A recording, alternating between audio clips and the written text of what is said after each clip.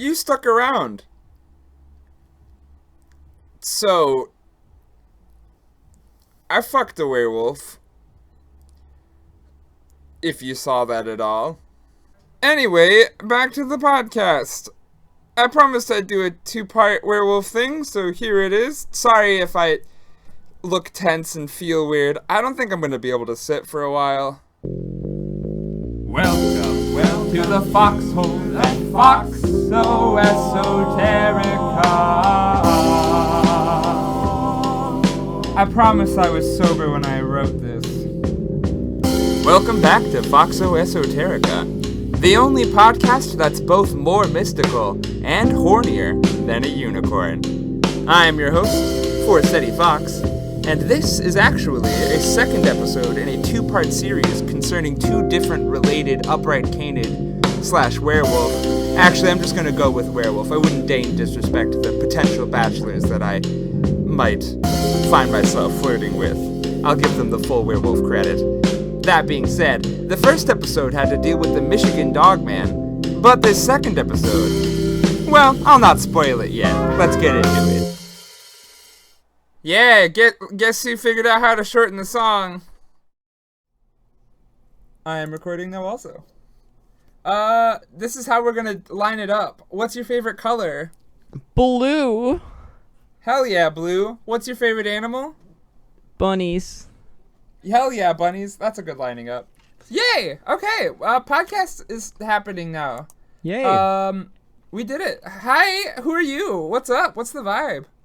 Oh man, I'm Luca Cabot, and what's the vibe? Yeah. Uh, I should look at my notes. I have a script. Read your script for Sadie. Oh, I mean, like, you talk about you first. I have to find it. Okay, I'm at my part. Oh, okay. All right. Okay. Never mind. I guess no. I mean, like, totally talk about yourself though. Like, what do you like doing? What's your vibe? I also, for everybody in the audience, Luca is a friend of mine in the furry fandom. For those who have listened to the past episode, you know this episode's also going to be pretty furry, so that's why I definitely want furries on this. However, Luca is my friend from when I was in Michigan at the time, and so he's pretty cool. This is so do you want to talk about yourself at all? It's interesting. We were having no problem like 10 minutes ago, and it's just you and me. And now there's like a bunch of people listening, and it's just like, hey, tell me about yourself. So, I don't know. The stakes are so much higher. I'm a weirdo. I'm like in my mid-20s, and I live in Michigan, where Freddy should be, but decided to leave me. I mean, you're back, aren't you? Wait. I don't know where I live. I've been in Chicago for majority of the time, but I was endeavoring to immigrate to Germany, but then COVID hit, so I'm not able to do that. So I've kind of been floating back and forth between Michigan and Madison. It's been a pretty weird year. Yeah, very weird year. I am usually in Michigan, but at this moment in time, I am in Wisconsin. So the next part of the episode, I finally get to open up my beer that I've been looking at for 10 minutes, and I really want to drink it. Oh, yeah, what'd you get? Okay, so I know you sent me the beer, but I didn't actually take a look at it. Oh, yeah, here's it. This looks delicious to me. So the potion brewed for this episode is the Urge Tracker by Carbon 4 Brewery out of Madison, Wisconsin. It's a peanut butter cup flavored milk stout. I keep putting off drinking a stout for this podcast. Stouts are my favorite. I keep drinking things that aren't stouts, and I should change that. So here I am. And the can looks like a Star Wars character that I think they made up because I feel like you have to. 2 questions. 1, it says Quick Series. Is this a Quick Trip branded beer? Yeah. Oh yeah, you know what that is, don't you? I don't know. I'm looking at the picture you sent me. Is that like a bee Sona? Like, tell me that's not a bee Sona. Oh yeah, everybody stop driving, you're cleaning your house, whatever you're doing. Drop what you're doing. Google Urge Tracker by Carbon 4. That's a bee Sona right there. And before I continue, I have seen one anthropomorphic bee art, like, in total. Like, I've never seen more than one, but I will be the first to say that the one I saw was hot. So does that not look like a budget, like, snoo from like a Reddit snoo, like, that he's holding? That's like, I don't know. I don't know what that is. Oh my god, that's Baby Yoda, but it's a wooden carving. It's like and he's wearing a suit and he's a Teletubby. Yeah, that's what I was gonna say. Yeah, the triangle. You'd have to see Urge Tracker. Is that what it is? Urge Tracker, which is here we go. Here's the ASMR part. Oh. It's crisp. That's why I only get cans for this. Oh my god! Oh my god! How is it? That is tasty as fuck. Holy shit! Give me the flavor profile. I want to hear it for SETI style. Boom! I'm hitting. I don't know if it's like so obviously it's peanut butter cup, but that's just right out the gate. Like I taste a Reese's. They nailed Reese's. Reese's. There's a like Reese's cups. Reese's. Not Reese's. I keep calling them Reese's. And I've been called out on it more than once. So is it more of like a chocolatey or like more of like a peanut buttery? Like I need the flavor profile described. Perfect 50-50. Like the first thing I'm tasting is that perfect 50-50 blend of peanut butter and chocolate. The stout comes in underneath it. Ooh. Definitely not taking a focus, but it is just nailing it for me. Honestly, if you don't like beer, the chocolate peanut butter in this is enough to carry it over to which you'd enjoy this alcoholic beverage. But if you do like beer, the stout flavor that you're tasting, which is like dark, really rich, carrying it through. This is a brilliant beverage. This podcast brought to you by Urge Tracker. Quick Siri. Oh yeah. The reason I do this is because one day I will get a sponsor.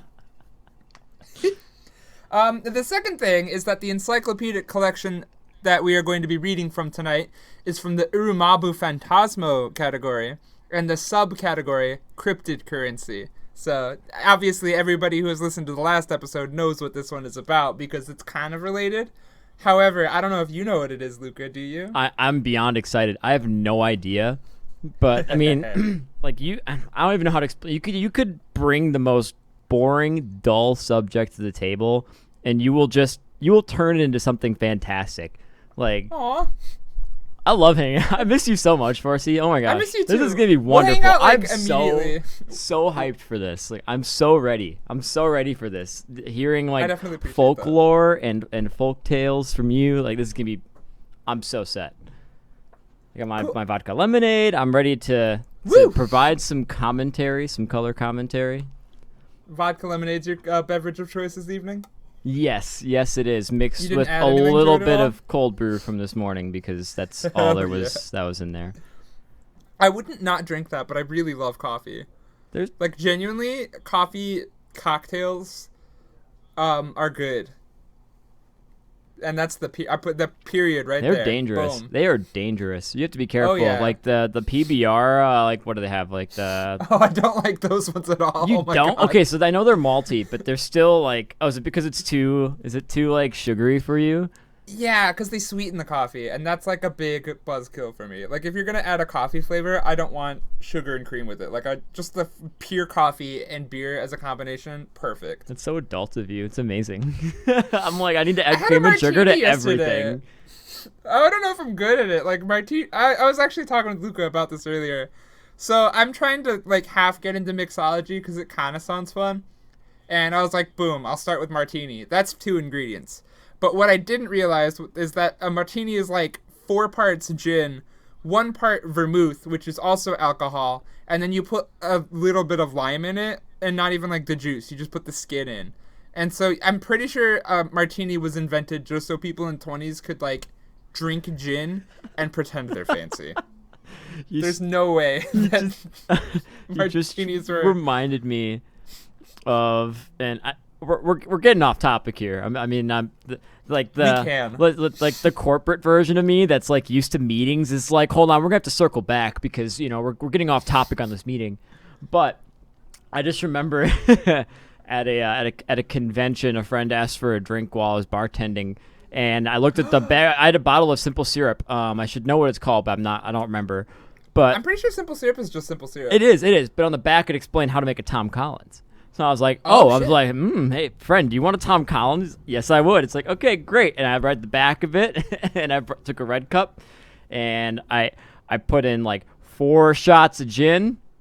1 shot of the simple Shit. syrup, and then it's like, and now add 8 shots of like something, I don't know, like some soda, or I don't know what's in a Tom. This is Okay. ridiculous. I don't know what's in a Tom Collins, but there was not I don't either. 8 shots I'm learning left mixology. in this cup. So I just topped off the last little bit with some seltzer water or something. Oh, that's not a bad idea though. Like seltzer or tonic is just a really good thing. Tonic is actually too It was like acidic. it was like 2/3 gin and like Hell like yeah. a shot. It was, and my friend tasted it. He's just like, we looked at the back. It was meant for 4 drinks, and I put all the alcohol in one. That was a good night. We can cut this out if you don't want me to randomly name drop people. But is this Rain? Oh, I mean, Rain was the. I mean, I don't care if you cut it out, but Rain was the bartender that night. Cool. But this was my friend Kiro. Shout out to my boy Kiro, because he finished the whole thing, and that was that was a great night. Shout out MFF 2019. MFF 2019 was the last con I've been to, and I am going to stop thinking about that before I get sad. Anyway, So shout outs to Kiro. You said. Yeah, so okay, let me clear Kiro, the ferret. He's a I'm Wisconsin assuming ferret. For like, let's just make that really clear. Yeah. For those in the audience who are a little concerned, I'm only friends with cool people. Thank you. Well, also shout outs to Rain, who is a great bartender. He did a fantastic job. He's a great bartender. He was really good. Like, Yes, I realize what I've done now that I'm editing the podcast. genuinely one of the best. And I haven't met a lot of bartenders, but genuinely Rain is one of the best. He's really good. Yeah, he's great. I love Rain. Shout out to Rain. He's my boy. Shouts to Rain. Anyway, boom, look at me seamlessly transition. I'm good at this. That was such a good segue. Thank you. I steal it from Bo Burnham. I wanted to actually try something different this episode. So usually I just slap a guest in there and they hear my random cockamamie nonsense. But this time I want to try something new. I want to ask you a couple questions about your opinions of the supernatural, the bizarre, etc. I do want to make a disclaimer because there will be episodes, maybe even this one, where I talk about real life things that are definitely real and not supernatural. But I will be asking these questions anyway, just because it's a fun conversation. So the first thing I'm going to ask is, do you believe in ghosts, aliens, or anything else considered unexplainable and paranormal? I mean, I'll start by saying that, like, I'm well aware of the limitations of my knowledge and what I'm capable of understanding. I mean, I'm not gonna act like I know all the answers because I don't. I only have what's been given to me through knowledge and experience, and what I've lived through and grown up with. That being said, I don't believe in ghosts. I think the universe is too big for there not to be aliens, but I don't necessarily believe that we have been visited by aliens, but I wouldn't deny if news came out tomorrow and there's aliens, I wouldn't be like, no way, it's impossible. Like, in a sense, it's just I have my evidence, but it's like 1/100th of 1% of total possible knowledge about the subject. Like, I can't act like I know more than others because I don't believe in ghosts. But that said, I still don't believe in them. I don't know. Fair. That's a good response. I think that's like, if I had to gauge a lot of the people like I'm going to contact with, just like friends and stuff, I feel like a majority of my friends are in that camp of things. So that's a good place to be. The second question I want to ask is, did you ever have any experiences with these sort of things? The unexplained, ghosts, supernatural beings, aliens, things like that? Not necessarily like ghosts or aliens. I mean, there's definitely been the serendipitous, like the things that happen where it's too good to be true. Like it's random chance, but just maybe. Yeah. Did you ever cover? I don't remember if you did in your podcast or not, but your apartment ghost? No, I didn't actually. I did 2 true story ones, and one of them was the last episode, and one of them was the first episode. But I have not tackled that yet, because that one affected Brandon, who has been on the podcast, but Brandon was, if you haven't listened to that episode, he was my old roommate. He saw it way more than I did. But I have yet to talk about that because it's hard to segue it in. Yeah. The third question, and you can answer this with any amount of comfortability, or if you don't want to, that's chill. But are you religious at all? And if so, does the esoteric existence of ghosts and things line up with your religious views / agnostic views at all? Yeah, I mean, agnostic is probably the best way to describe it. And it's just the same thing I mentioned before, is that while I have the evidence in front of me that I can provide feedback and my conclusions on based on my experiences and the foundation that's built up the way that I will approach that topic, right? I can't fault anyone who was raised differently or in some other, experiences from seeing it differently. There's like 7 billion people now. I mean, oh yeah. I mean, to insinuate that I have all the answers would be ridiculous. But that being said, I would say that I'd say my disbelief in ghosts and aliens matches up pretty well with my religious beliefs, in the sense that I don't know and I can't know, but I don't necessarily believe a lot of what religions have to say. Fair. I dig that. The fourth and last question I have for you, is there anything you want to plug at all? No. I mean, my sink's fine. It's holding water. My toilet's fine. It's also, there's nothing that really needs plugging. Is there anything that you needed help plumbing? Did you need to plumb at all? No, I mean, You better catch it! I haven't played Clue at all recently, so Mr. Plum hasn't been on my mind. I will say thank you for being good at the jokes, because I, for the last 10 seconds, have been bad with the jokes. Oh, just the last 10 seconds, huh? Just the last 10 seconds, yeah. I'll give myself that. I'm fair. That was my mom. 100% that was my mom right there. Lately I'll say things and I'll just be like, where'd that come from? And it's just like, oh, who did I interact with in my past that provided that part of my personality? And that was 100% my mom right there. I love it. It's great. Shouts to mom. I think my mom's afraid to listen to this podcast, but she wants to. My mom also listens to, she listened to my music once, and then she was like, oh, this isn't for me. So now she's afraid of my media. Does it mean you're doing something right? Who's to say? Yeah. I think you are. Say? Alrighty. Let's jump right in. I wrote a paragraph. Let's do it. Alrighty. Fall. 1989.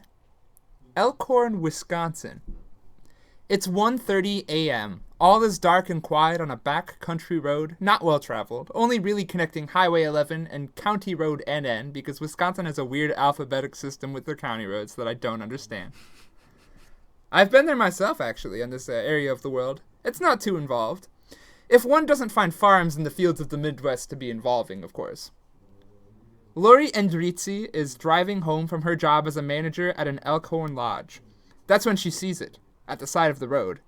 A dark brownish-gray figure kneeling with its back turned to her, pointed ears being the only real thing that stands out.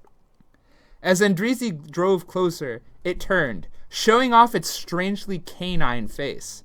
She's quoted here. Its elbows were up and its claws were facing out, so I knew it had claws. I remembered the long claws. Those claws seemed to be holding roadkill, and its eyes reflected the glow of her headlight. Oh, the quote ended earlier. Oops. It seemed to be 5'7" and 150 pounds, as far as she could tell, eyeballing it, of course. However, unlike most wild animals, it didn't run off, but instead gazed directly into her eyes. She drove off. She felt as if it were like a human, but that there was a trace of evil to it, and no trace of a wild animal whatsoever. Another quote, "To this day, I believe it was satanic." She says, "It was just my feeling. I don't really believe in werewolves per se, but I believe something could be conjured up. My grandmother was very religious, and she believed it too." At some point later, she went to report it to the Walworth County Animal Control, the county wherein Elkhorn resides. There, she told her story to an animal control officer, John Frederickson, who didn't automatically count the story outright. Even when Endrizzi said that she speculated that there was some sort of cult-like activity attached to the encounter.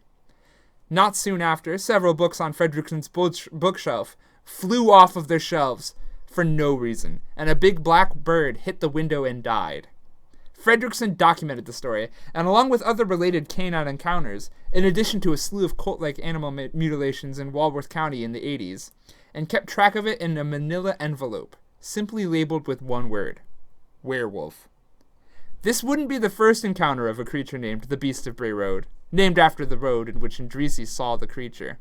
But the envelope would eventually find its way into being in possession of Wisconsin cartoonist, journalist, mother, wife, and my personal inspiration in most parts of my life, but definitely all things in regards to the paranormal, Linda Godfrey, which takes me right to the next section of this show.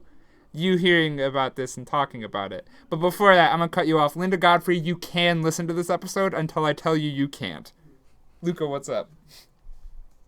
So, I mean, this lady who saw this, right? Mm-hmm. Was she like a native to Wisconsin? Was she a local? Oh, yeah. Oh, she was? Yep. I was going to say, because, like, I grew up in Wisconsin, and, like, are you sure it wasn't just a Wisconsinite? Like the werewolf or the person Yeah, driving the werewolf. No, I mean, just, you know, that seems like it could be Midwestern behavior. Being in a werewolf costume and eating roadkill? I mean, that's pretty typical for me. I don't know. That's why, okay, so I specifically... Do you know who I'm friends with? Of course you do. Like, come on. Well, I know your opinion. Like, it's very easy to find a werewolf costume in our circle. That being said, just as, like, full context, the last episode I did was the Michigan Dog Man, which is basically this but reversed. However, the guests were my Wisconsin friends, and so for this episode, I wanted to do the Wisconsin story with my Michigan friend, just in case, like, you didn't hear about it. But obviously, you grew up in Wisconsin. Up. Yeah, see, clearly you have a bias, and it's a wonderful bias, by the way. I fully support the Wisconsin, like that bias because, oh man, Wisconsin, 10 out of 10 state.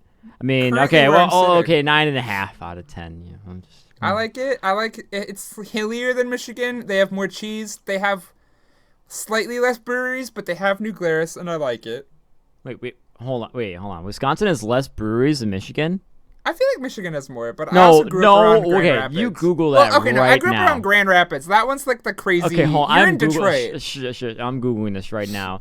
I could be wrong, and I'll admit that. Wisconsin have more breweries than Michigan? I could be wrong, and I'm going to admit it. Okay, I'm using Go.go because, you know, internet privacy, but I feel it. I'm gonna go to Google and type in the same thing because clearly Go.go it's not a beer fan. Oh, craft beer. Number of breweries by state in the U.S.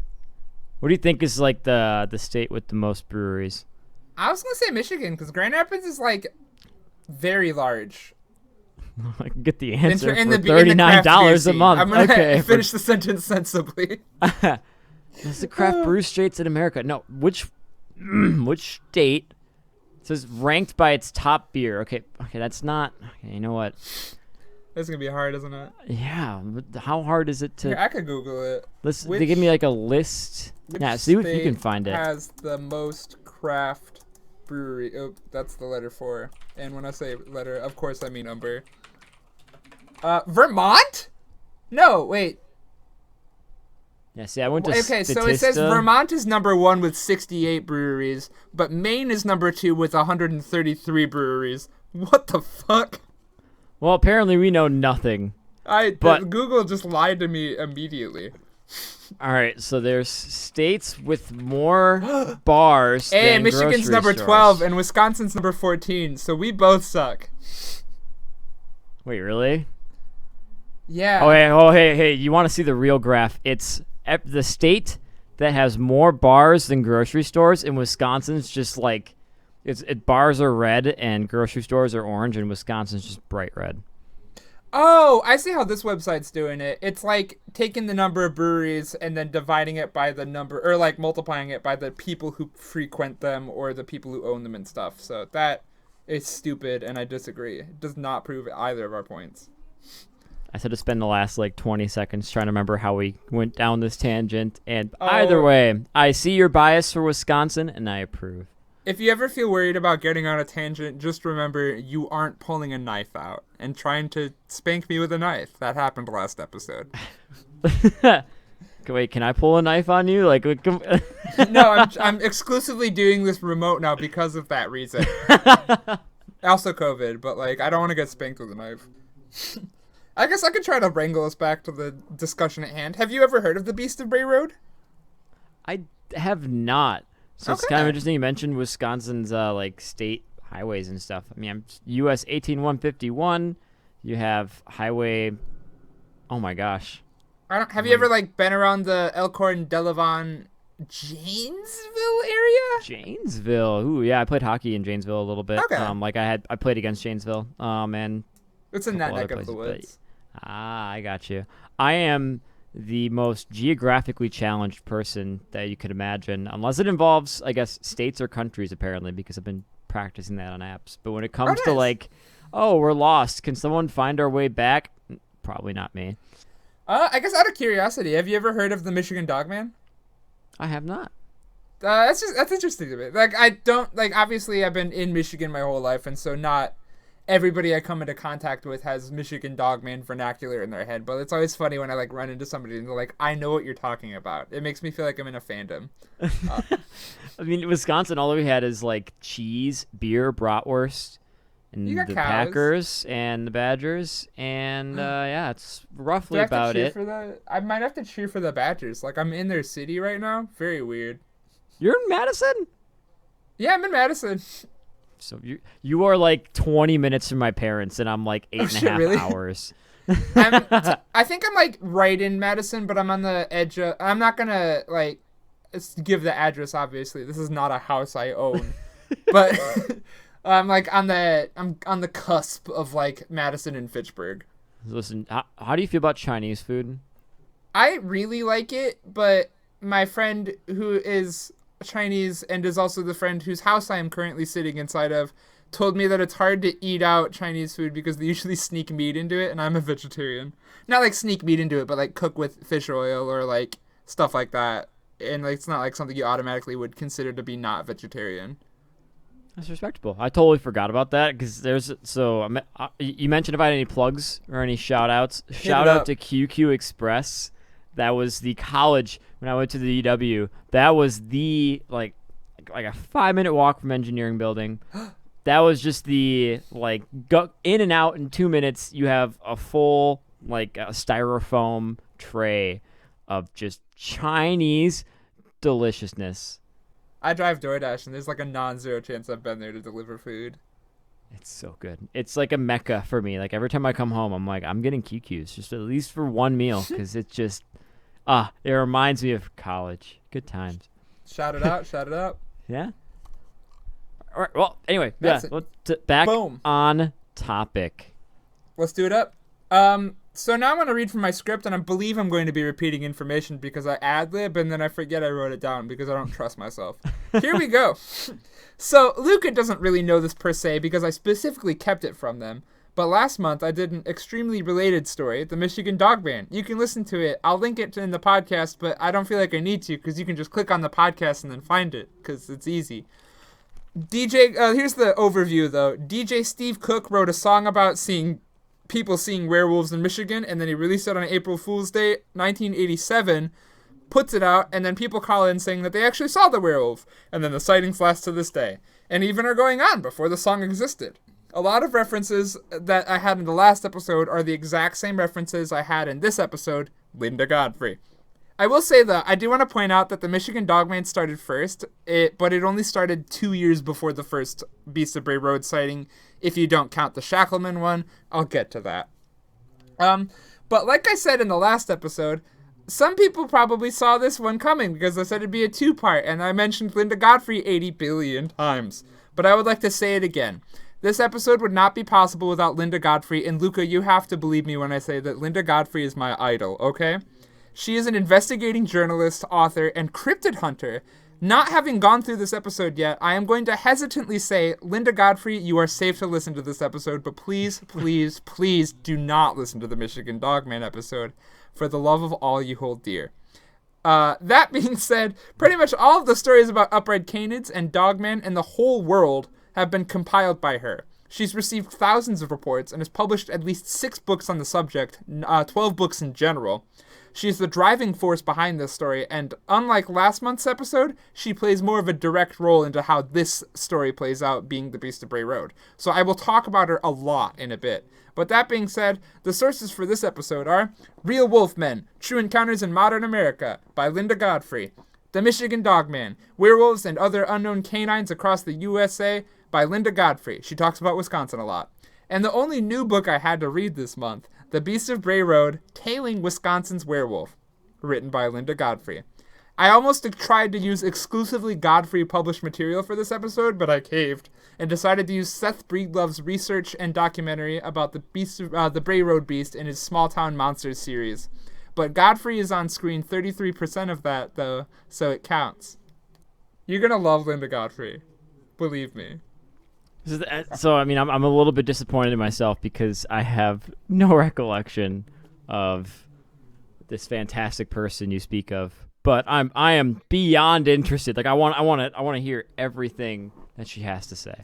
You're totally chill. Like full disclosure, I tried to hide that episode from you as much as possible because it directly relates to this one, and I wanted it to be a surprise. Can I also mention? I want to see what your bookshelf looks like. Like, can I get a picture of that? Because I'm just 4 curious, Linda Godfrey what books. is in your collection? Like, what lurks behind these books, right? Because I mean, if this is like the tamest book you have, right? Like, I'm just imagining like what kind of rabbit or fox or whatever hole this goes down. Linda Godfrey's literature is right next to Kyle Gould's Out of Position series, which is right next to the Communist Manifesto, which is right next to a book on puppy play and puphoods, which is right next to A Tale of Two Cities by Charles Dickens. Are you actually like looking at this All right? of that is. Well, I mean, I'm not looking at it right now, but I know it. And this is all true. That's incredible. I have not actually read all of the Kyle Gould books, but I've read A Tale of Two Cities, so all of you respect me. It's okay. I also went to high school. I read it all by myself. I had a weird teacher in high school that didn't make me read books, and so now I feel like I have to, because I read, I'm pretty sure I read Hamlet and one Ayn Rand novella, and that's about it. Like, I got off really easy. So you're reading to fight the man? Yeah, I'm reading to, prove that I don't need the system to tell me I'm smart. I can smart myself. Anyway, speaking of smart, werewolf time. Yes, werewolf time. The werewolf folder had another story to it. Not just Laurie Andreessy's sighting, but Pat Lester, Laurie Andreessy's mother, was actually a part-time school bus driver, and 2 years later, in 1991, actually had a student on her bus with a similar story. One that takes place on Halloween night. Her name is Doris Gibson. We're back on Bray Road, near Elkhorn, absolutely covered in fog in the night. Gibson is driving to a friend's house to pick up another friend from a party when she hits something, causing her front tires to lift off the ground. She stops, maybe 60 feet away, right off of Stittler Road, now Hospital Road, and I was wrong, it's Sittler Road. I don't know, this is riddled with typos.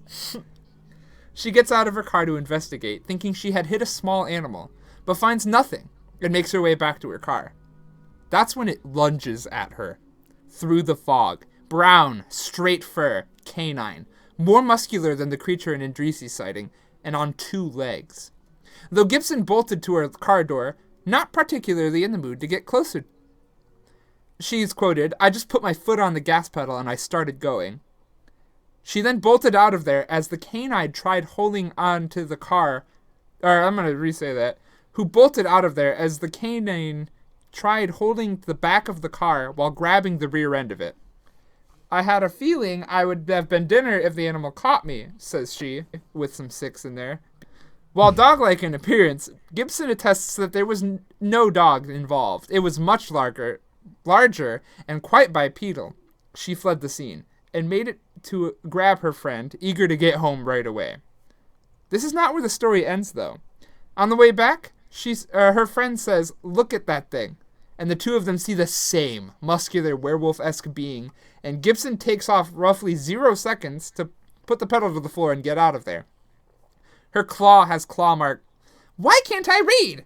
Her car has claw. This is like I'm not drunk. I'm fully listen. halfway through a beer and have one shot at me. It's clearly your drink that you made, right? You see, Yeah. you pretended to have a martini and then you didn't, and now you're like it's fighting you. Yeah, fake martini shots are putting me in an early grave, and I don't know how to read. Anyway, this person, Doris Gibson, is driving away. She has claw marks in the back of her car when she gets home. So that's tangible trace evidence. I mean, Gibson, was that like entered into police evidence and it's viewable in a museum today, right? Police got involved, but they're not going to take pictures of this shit. It's a werewolf site, and they're going to be like, oh, okay, gotcha, and then go home. But Linda Godfrey has pictures. Oh, absolutely. I mean, Yeah. she must have saved it, though, right? Because I don't think she put it online, but I think she has it in a file, because she keeps talking about how she keeps track of this sort of thing, but then publishes it in her books, and then publishes it on her blogs sometimes. I have not seen this picture, but I trust Linda Godfrey with my life. I like how I like the spreading the info without having seen it, because you're like, I trust her with my life. I trust her. Yeah, like, if it were any other story, and it's like, my name's Tom Johnson. I have a picture of my drunk ass getting scratched by a werewolf. I'm going to be like, go home. I don't care. But if Linda Godfrey said, I think I saw God, I'm going to follow that religion. Anyway... So I'm sorry, my phone just vibrated, and it's You're good. because that the Kigu that I've been waiting for the last, 6 weeks is finally back in stock. What Kigu is it? It's a cinema roll Kigurumi from KigurumiShop.com. Highly recommend. I have a fantastic collection, but I am just going to send... You can get... You could, if when you're editing this for SETI, you can put on, Spanish Flea in the background. You just gotta give me one moment to, use the coupon... Use the coupon code RESTOCK now to get expedited 2-day shipping when spending $50 or more. Oh, I'm so... That is not Spanish Flea. Oh my god, that's tequila. That's tequila. Fuck. Oh my gosh. You're thinking dun dun dun dun dun dun dun dun dun dun dun dun dun dun dun dun. I can't believe I sang tequila. I sang tequila. Well, I know it's on your mind. Well, yeah. Is there any tequila in the current place you are in? There's a lot of it. Okay, listen, it's out of stock. I know it's not. We're throwing back a shot of tequila because I feel like I want to do that roughly an hour into this. But I want to do it not immediately because I want to do it when I've got at least some vaguely sober material recorded. No freaking way. How is it already out of stock? Wait, 8:45. Oh, it's because this was like a half an hour ago. And damn, no, that's really quick though. Yeah, for real. We have a limited quantity available for purchase and are sold on a first come first. Wow, I had no idea that particular onesie or Kigu was so sought after. All right, I guess I'm gonna continue waiting. Plug canceled. You don't go there because they'll just sell out in 30 minutes. So never mind the fact that we plugged that. Never mind the fact that I forgot how Spanish Fly goes. That's the important. Spanish Flea. Oh my god. Oh my god. This is all your fault. You see, if I hadn't been on this podcast, right? No, this is all my fault. 100%. So you should take full responsibility. Okay, hold on. We were discussing. Wait, what was the? We're talking about werewolves. I mean, before that. Oh, plugging the Kigu. But before that. No, I'm pretty sure that was what the interruption was because you got a notification. Oh yes. I'm sorry. I can't believe I remembered that. We're great. Oh my god, I'm the drunk one this time. Usually my guests suck, but it's me this time. We were talking about you not reading properly. Oh yeah, I don't even know how to read in general. Anyway, so Gibson sees it a second time. She's driving her friend home. She thinks of this less of a werewolf and more of a biological freak of nature, some undiscovered species. Both stories, however, are sealed in the same manila envelope that John Frederickson, the animal control officer, is in charge of. It is December 1991, 2 months later. The start of winter. A season that promises quite a large amount of snow in the state of Wisconsin, I say. Currently, I think in negative 20-degree weather because it's cold as fuck. Enter. That's Wisconsin. Linda Godfrey. You were going to say something. That's Wisconsin. Yeah, it's cold here. I thought Michigan was cold. Nah, Wisconsin's colder. Michigan just has more snow, but they have like a gentler temperature. We're talking about Linda Godfrey now, though. Yeah, let's hear it. Linda Godfrey starts out this story as a cartoonist and editor for The Week, a Sunday newspaper in Walworth County, working freelance as both a cartoonist and an editor, until being brought on as a full-on staff member with a focus on a desire to be a cartoonist. The opposite of this goal happens in 1991, between Christmas and New Year's, when one of the reports she is tasked with investigating involves ... werewolves. Another freelancer tips off Godfrey on these alleged sightings in Elkhorn, and just so happens to also work part-time with Pat Lester, the mother of Lori Andresi and the bus driver. The freelancer is also anonymous at this point, but Godfrey goes to interview all 3 witnesses who do give their names, meeting with the animal control officer Frederickson, Lori Andresi, and Doris Gibson. Frederickson also tips Godfrey off to a few other stories, but I'll share them in brief. Boom! 13-year-old Heather saw it in 1990, 2 years prior, while her friend was sledding in Spring Prairie, where I've hiked actually before. I'm not obsessed with this story, I promise. For a brief moment, while alone. She saw... Okay, so you don't know this, but literally any sighting of Bisa Bray Road or Michigan Dogman, I've probably been there. Anyway, for a brief moment, while alone, she saw a silver-furred, enormous dog who proceeded to stand up and leap. Only Heather saw it, but her parents didn't think much of it till the reports 2 years later. What year is this? 1990. So fursuits weren't super common back then, right? They weren't. All right, and then there we go. Okay, Yeah, that's evidence can't enough be a for furry. me. The second one is a Burger King employee at a Burger King near Bray Road witnessed a dogman run off at great speed, and another man on a different road witnessed a dogman-like creature running also at a great speed on a different road. But these stories are just people looking at a dogman run, so they're not that interesting. Before I will get onto the other stories that are pre-Andresi/Gibson, but it ties in thematically with the paragraph 3 paragraphs away from this one, so that is where I'm going to be using my sense of like dramatic timing. Not going to share it now, but these are the stories that happened before the envelope with the stories in them. Linda Godfrey, a talented artist, draws an illustration of the beast herself and publishes her report on December 31st, 1991, thinking it'll be a short hit with the local Wisconsinites and that it would just be that. It'd be fun. Then, the Janesville Gazette, a newspaper conglomerate that actually owns The Week, the newspaper that Godfrey works for, publishes a recap of the story, and within weeks, journalists from across the country catch wind and come to investigate. Most publications are sent to investigate the canine mystery interviewed Linda Godfrey, who had, in essence, become the font of all Wisconsin werewolfery. So anybody coming in from out of state is going to come to her first. That's where the paragraph ends. Do you have any thoughts? Sounds like she was working it. Oh yeah, she's working it. Hell yeah. This is her career now from here on out. Wait, hold on. So wait, this was in like the late, like in the early 90s? Oh yeah, like straight up 1991. And she was just like a general journalist at this point. I mean not in like not in like a mean way, but I mean like she was just covering whatever. Yeah. And then from that point on, she was just the cryptid queen, essentially. Specifically only, well, I mean, like, she obviously, like, is like, look at Bigfoot. This isn't my area of expertise. Look at Bigfoot. But, like, 90% of her work is, like, upright dogmen, canid type things. And it's just, like, does she normally stick around in the Midwest? Or, like, is it just... Yeah, I'm pretty sure she's still in Wisconsin right now. I was interested, like, if she went, like, exploring, like, other parts of the world to see if there were other canine men and dog creatures. She's done exploring before, but she usually just kind of, like, collects reports and analyzes them and stuff like that. Like, people write to her first. She's obviously, like, been to Michigan.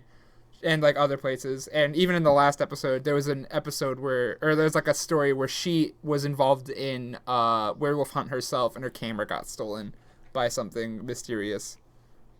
It's a very likely story. But you gotta listen to the details in the other episode. I do a pretty good job of actually not persuading my co-hosts that it's real. So never mind. A majority of her work is like compiling the information and writing books and updating her blog. She has written a lot of books, and I've read more than 3. I mean, good for her. I mean, like, honestly, like that, I couldn't do that. I'm an awful writer. I mean, I don't know how I would be able to pull that together. It's kind of hard. Like, I'm looking at what I'm writing right now, and I couldn't do it either. I suck at this. I mean, you can't read. I can't read. Can't write. Typical Fox. Oh, yeah. I'm only thinking about that. Come. This is an R-rated podcast. Okay. What's that? I don't know what that is. Come. It's like what you do when you go places. Oh, okay. I got you. Yeah. Come and go. Yeah. I'm going to actually pull a Bo Burnham and segue randomly for no reason You again. can play piano? Can you? How are you going to play piano? No, I don't have a piano by me. That's upstairs. Should add. And it's like, it would take me a minute to get to. I don't want to. See, listen, I'm not going to lie. This podcast, musical interludes, that'd be top tier. Can you imagine? Oh my God. The musical. I should do that. Yes. Like, just suddenly halfway through, just playing some, either on the ukulele or on the piano, or even if you were to, like, if you're telling a story, you just play something in, like, a nice minor key, just, ooh, be nice. I should do that. Because not to brag, but I did compose and record the opening intro. But I could do, like, segues and stuff like that for the parts where I'm telling a story or something. I'm going to keep that in mind. I like that. I'm so full of ideas. You've got some good ideas. I'm gonna keep that one close to my chest. Are you ready for me to talk about John Frederickson, the animal control officer, though? I am. Boom. Let's do it. So, small tangent. I remarked earlier that cult stuff was involved. A majority of this information came in light of the Small Town Monsters documentary that I mentioned earlier. But apparently before the werewolf sightings, the animal control officer John Frederickson received reports of weird mass animal mutilations in the woods in Walworth County and surrounding counties, and most of them were in the Kettle Moraine State Forest. He also followed up with witnesses and had phone calls with people that were around there, apparently. Bear in mind, this is before the first werewolf sighting, but he had received calls that culty, satany groups were, like, doing rituals of some sort. Some reports involved teenagers just being teenagers and being dumb, but some saw groups of adults. I remember my teenage years. Oh, yeah. You know, well, all the I'm, satanic like, rituals and, you know, sacrifices. I'm, like, still doing that Satan shit, right? Like, I might do a sacrifice in a couple days. I'm busy right now, though. You want to sacrifice? That was an attempt at humor, and it was just so not good. Like, I'm not good at jokes. How am I doing this? I apologize for interrupting. Please continue. No, you're good. You hit it with the good interruption. I don't know what that means. Oh my god. Tell me how good I am at interrupting again. Interrupt me, please. That is my fetish. Wow. Hey, I'm just glad to know it was your fetish, so I'm just gonna... Adults doing satanic worship. This is the height of the satanic panic, bear in mind. Back in the 80s when everyone thought that anything bad was satanic and everybody got really freaked out about it. But two interesting pieces of information, though, are that a large amount of the animal corpses seem to be either horribly mutilated and tortured or lack specific organs while the rest of the body was intact. And the other thing is that local police departments immediately bulldozed the areas where these things were reported a day after they were sighting, without any information that Frederickson was able to glean before they did the demolition or anybody else were able to do anything. So that's all I could find on the weird satanic stuff. Linda Godfrey does not talk about it, like, at all in any of her books, but the documentary does. So I do want to bring that to the focal point as, like, oh my gosh, could this be, we're summoning a demon? Maybe. Maybe not. So let me just make this clear, right? So there was the mutilated, there was like basically a crime scene, essentially, an animal crime scene And the report is that the police cleared up and cleaned up the crime scene before there could be any outside investigation. Yeah. I mean, like, I don't think it was an immediate thing, but they're like, oh, look at this for a day, and then they demolished it. I'm gonna say it right now. I don't think that this angle is that, like, relevant to the story. I'm pretty sure the thought process was, okay, it's an animal mutilation. This isn't, like, a human murder. We don't care. Right. So it was clear. Like, let's clear the path. Yeah, exactly. I was trying to imagine, like, what the person writing that was, like, insinuating, where it's just, like, there's some, like, a massive undercover conspiracy where the police are just it's like 9 p.m. on a Thursday night, and they're just like, hey, you wanna go wanna go out in the forest and just mutilate some animals and then just leave them there like it's some crazy satanic ritual? You know what? That makes sense. People just like doing an absolutely morbid prank. Pranked. Oh god. Weird pranks. I'm obviously keeping it in because I like exploring all the angles. I will say this now: the satanic angle of this story is not one that hits me as much. However, there is another story that I would like to share before we discount it entirely. And I'm going to talk about Joe Shackleman. It's a good name. It's an excellent name. Oh, it's a holy good name. I love this dude. It is 1936, Racine, Wisconsin. Not nearby, but it is by Lake Michigan. What a part of this interesting place. Oh yeah, no part of this story has been an actual complete sentence yet grammatically. Also, Joe Shackleman is watching the news when he sees the Beast of Bray Road story. Obviously, we're in the modern day. The modern day being the early 90s. So now Joe Shackleman is watching this, and he remembers a story that his father told him about a sighting in 1936. Joe's father worked as a night watchman for the St. Coletta Convent in Racine. One night during his rounds, he sees a dog-like, black-furred, and carrion-smelling canid with long claws kneeling and scratching at an indigenous person's burial grounds. Refer to my last episode on how it's not always great to assume that indigenous people in burial grounds are haunted because cultural appropriation. I didn't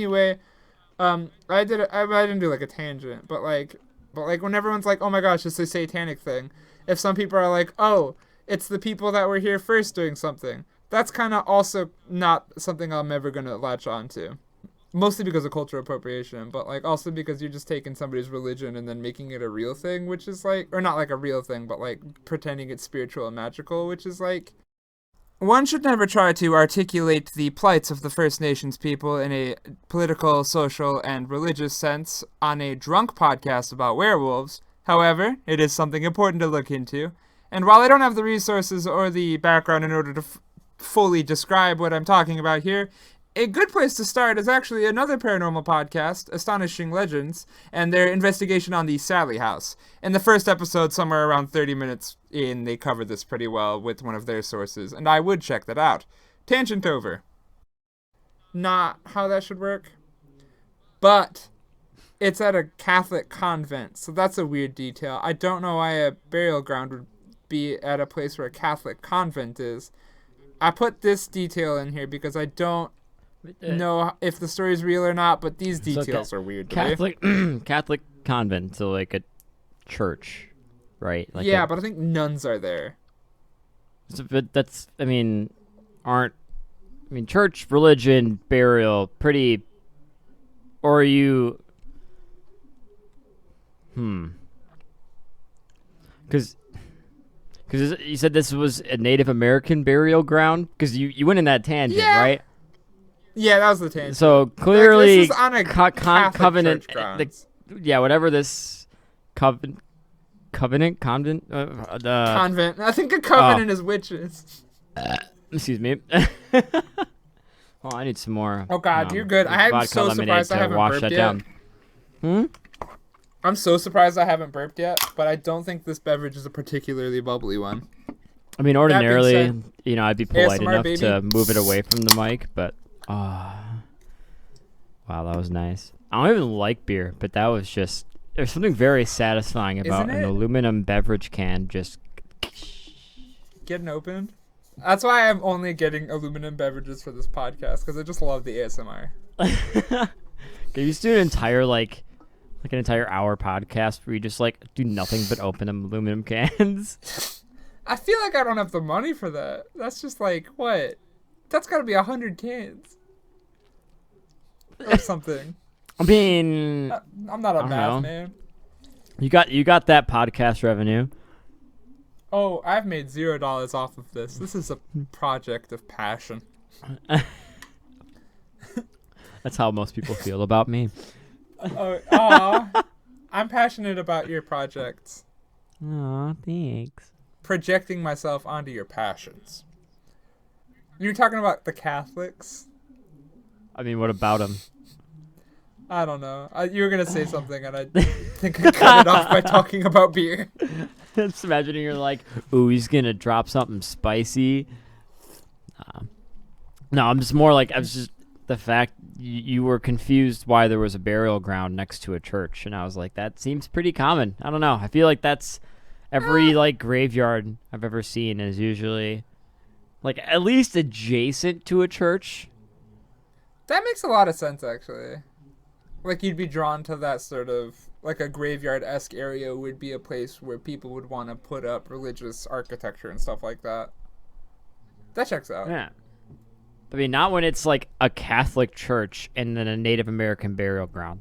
That's coincidence of the highest order. I mean, like... That's what I'm saying. That's the point of contention I'm feeling. It's like, I feel like it either happens accidentally or, like, it happens outrightly maliciously, but it's not something anybody would actively choose to do. Right? Can we start this conspiracy? Because like, look, I'm not really much of a conspiracy theorist or like theorizing beyond. But listen, like, this needs to be investigated. Like, this is something like pretty wild, right? Specifically the Joe Shackleman story, or just people burying people next to where other people bury people? The fact that there's a Catholic church next to a Native American burial ground is just very interesting. Yeah. It's which, I mean, I almost asked which came first. You know which came first. Yeah. Like, I'm glad you're on the same page as me, though, because that's like the one part of the story that I'm like, weird. I don't like, obviously. It's like, what was the story again? Like, I'm just. Oh wait, I haven't even told it yet. Oh my god. Yeah, I'm so like latched on to like the setting. Man, it's digging at the burial ground, okay? Joe Shackleman doing his rounds for the Catholic Church sees Dogman doing the scratchy scratch. Then, as soon as he shines his flashlight on it, it flees. Mark Shackleman, Joe's father, appears the next night because he works there and he has to. But he investigates during the day also and just finds the footprints and the claw marks. So those are still there. Those haven't been touched. Again, I'm pretty sure this is just an indigenous Wisconsinite. No, this is the 30s. I don't know. Are Wisconsinites being weird in the 30s? I mean, been weird like as long as Wisconsin's been a state. Fair. It's been staying weird since 1848. Aw. That's an old state. Yeah. Speaking of things that are cute, the werewolf was scratching at the mound again. He went back the next night. He saw it like a second night in a row. Mm. However, when he approached it with his flashlight, apparently, and I'll get to this in a sec. He walked up to it, shone the flashlight on it, and the creature just stood up and stared at him. 6 feet tall, this guy was, and then it actually spoke. But it only spoke one word, and not a real word. It said Gadara. But wait, this is a real word. It's a region in the Bible where Jesus once saw a guy being weird and vaguely feral, like a werewolf, in a graveyard, and then he was like, oh, he's got demons in him. And so he put those demons in a pig's because there was more than one, and then they ran off of a cliff. But before they ran off a cliff, they were like, we are Legion. It's a Bible story. So that's the religious connection to it. Because, like, that's the only thing that anybody could think Gadara would mean. But that's not the important part. The important part is Mark Shackleman used to be a boxer, so he didn't bring a weapon with him. He was fully prepared to make eye contact and punch this werewolf if he tried anything. Damn. But before the werewolf moved, he kind of just said a quick prayer to God, and then the werewolf, like, was just kind of staring at him, and then he did a weird grin, and then walked away. And then he never saw the creature again, but he did like smell the carrion death scent like all the time. And Joe's dad, Mark Shackleman, definitely thought this werewolf came from hell, but he was also fully prepared to just punch a werewolf. I'm just imagining it's just like, yeah, because you have, he's ready to like punch him out, right? He's ready to fight with his fists, but then praise to God as you do, right? Because like I'm not about to, I mean I'm not crazy. I'm not about to take this thing on without at least a prayer. Like I mean, come on, like. God forgive me for what I'm about to do. I'm about to wreck this werewolf shit. Woo-wee. All right, I like that. That was just a bit that Linda Godfrey put in the book, and it was my favorite thing. Is like, this guy used to be a boxer. He was gonna fuck it up. So have you ever heard of Occam's razor? I did. Do you remember what? I forgot what it is. Occam's razor. To put it most simply, and it's pun intended, it's that the simplest explanation is usually the correct one. Okay, so let's go through if you read through that whole story, is that the simplest explanation for this series of events? Oh, of course. I mean, and I love it. Oh my God, I love it. Thank you. That's what I'm here for, right? Oh yeah, hit me with that like rational side of things, because I'm very not rational. You were saying about Occam's razor. Yeah. See, are you sure these people aren't just crazy? It could happen, like genuinely. A majority of the sightings that people like tell Linda Godfrey actually go out of their way to be like, I haven't been drinking, I haven't been smoking, etc., etc. And I'll get to that in a bit. But, like, obviously, I've seen things. Not, like, seen things in terms of, like, oh my God, a ghost. But, like, obviously, I've been, like, my eyes have been tricked. I've been in a dark room and I thought I saw somebody. Oh, it's a coat. So, like, eyes suck. Yeah. And I get where you're coming from. Like, it's very easy to explain this sort of stuff away. But this story I like a lot because it's the only one I could think of that has, like, the tie to the, like, religious aspect, the culty aspect, in terms of this thing being a demonic thing. Weird thing about the Beast of Bray Road is a lot more people think that this dog man is, like, a demon-y, devil-y thing. And everybody in Michigan is like, oh, that's just the dog man. It's not, it's just an animal. And I always thought that was a weird dichotomy.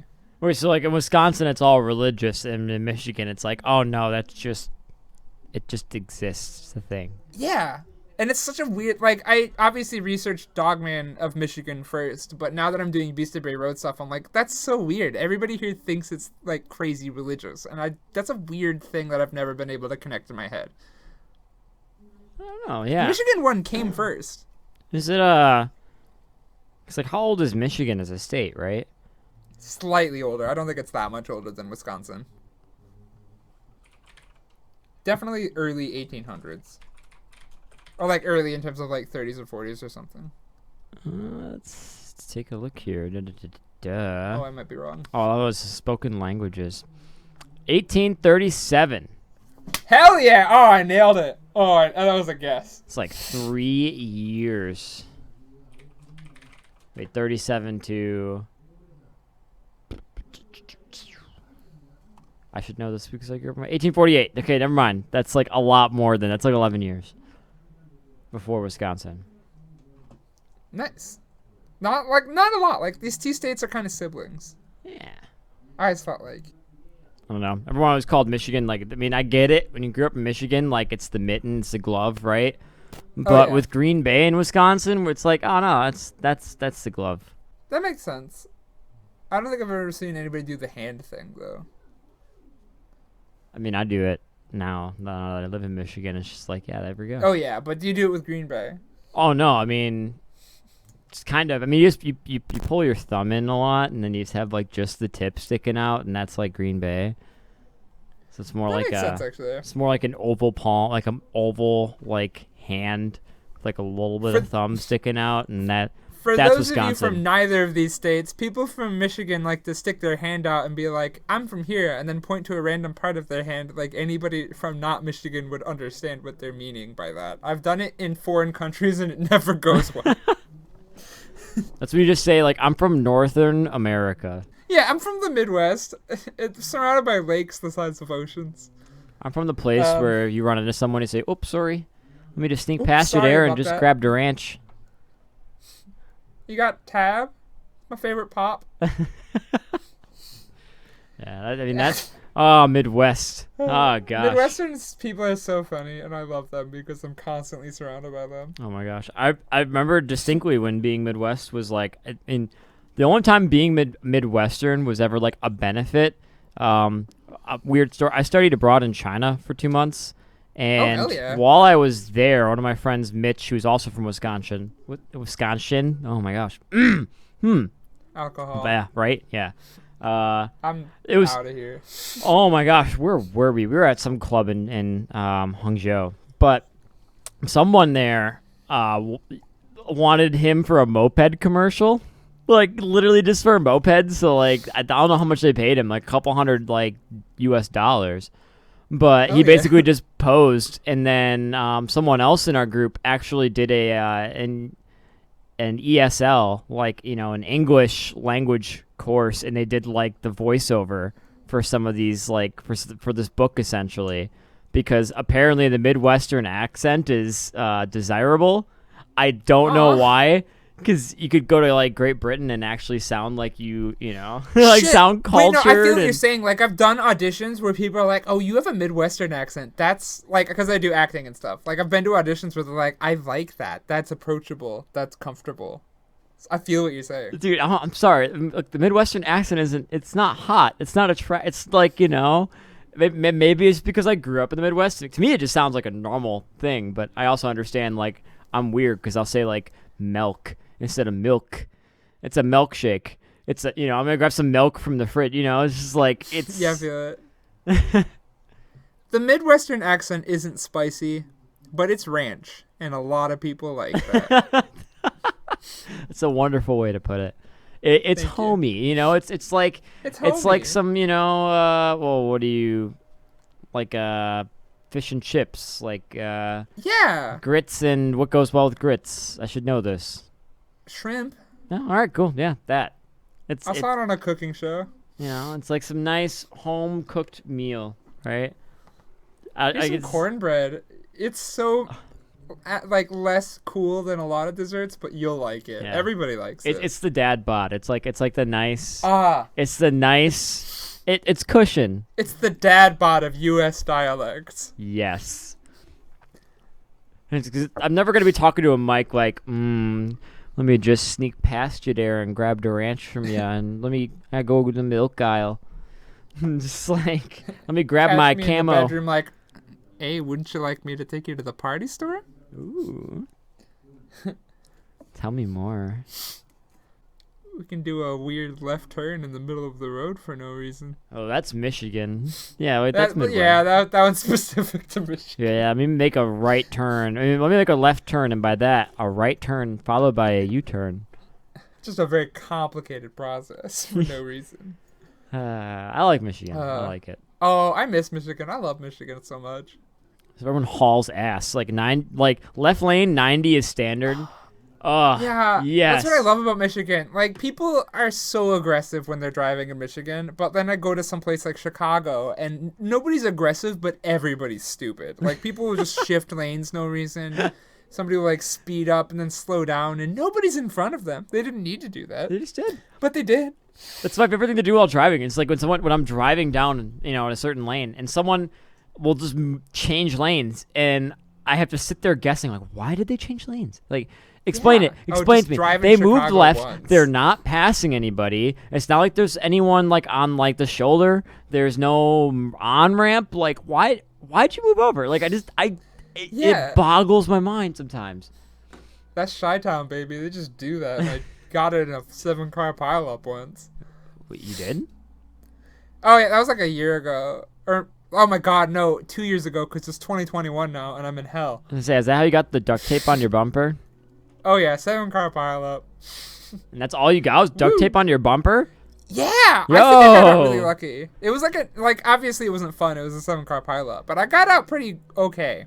Some people think because I bought them that I don't know how to drive. How to drive. But I do That's know an how to drive. autobiography. Just ignore the duct tape on my bumper. For those of you who don't know, that's a song I wrote, and it's an autobiography about being a bottom, but also not being good at driving.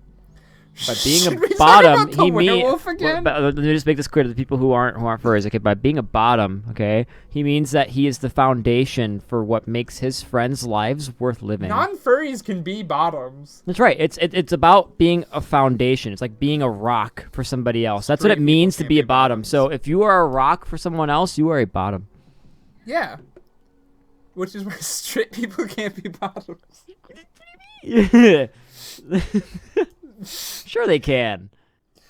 Werewolves. Versetti, you're looking kind of bendy like spaghetti.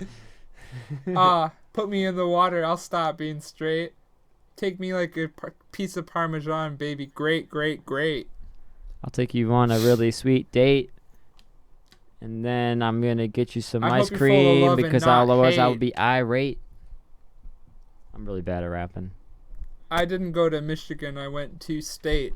The Ohio State?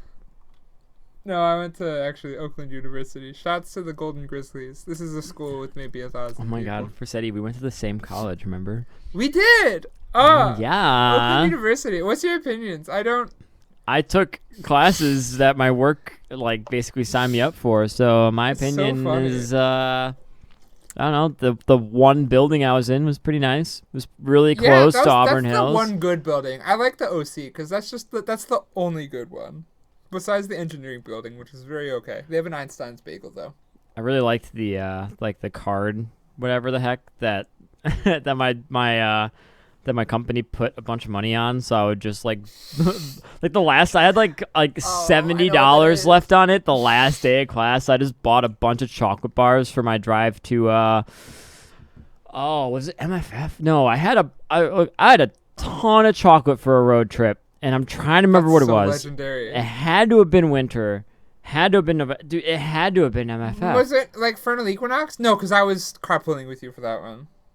Oh my I don't gosh, think what was it? It was probably MFF because I didn't carpool with you for that one.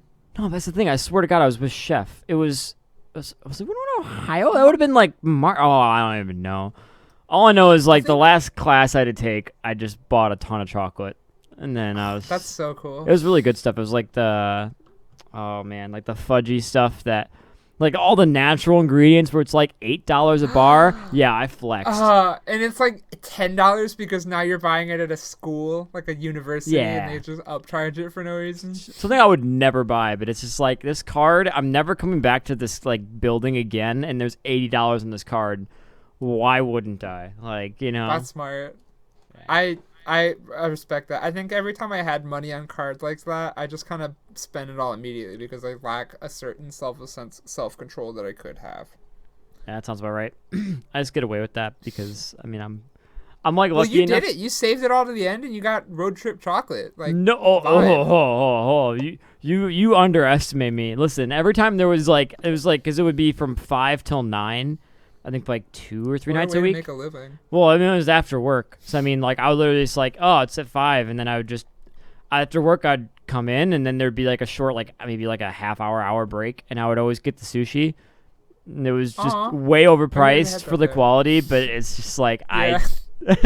I tried to spend all that money, and so the last day when it's like again I have this much left, and I'm about to go on a road trip.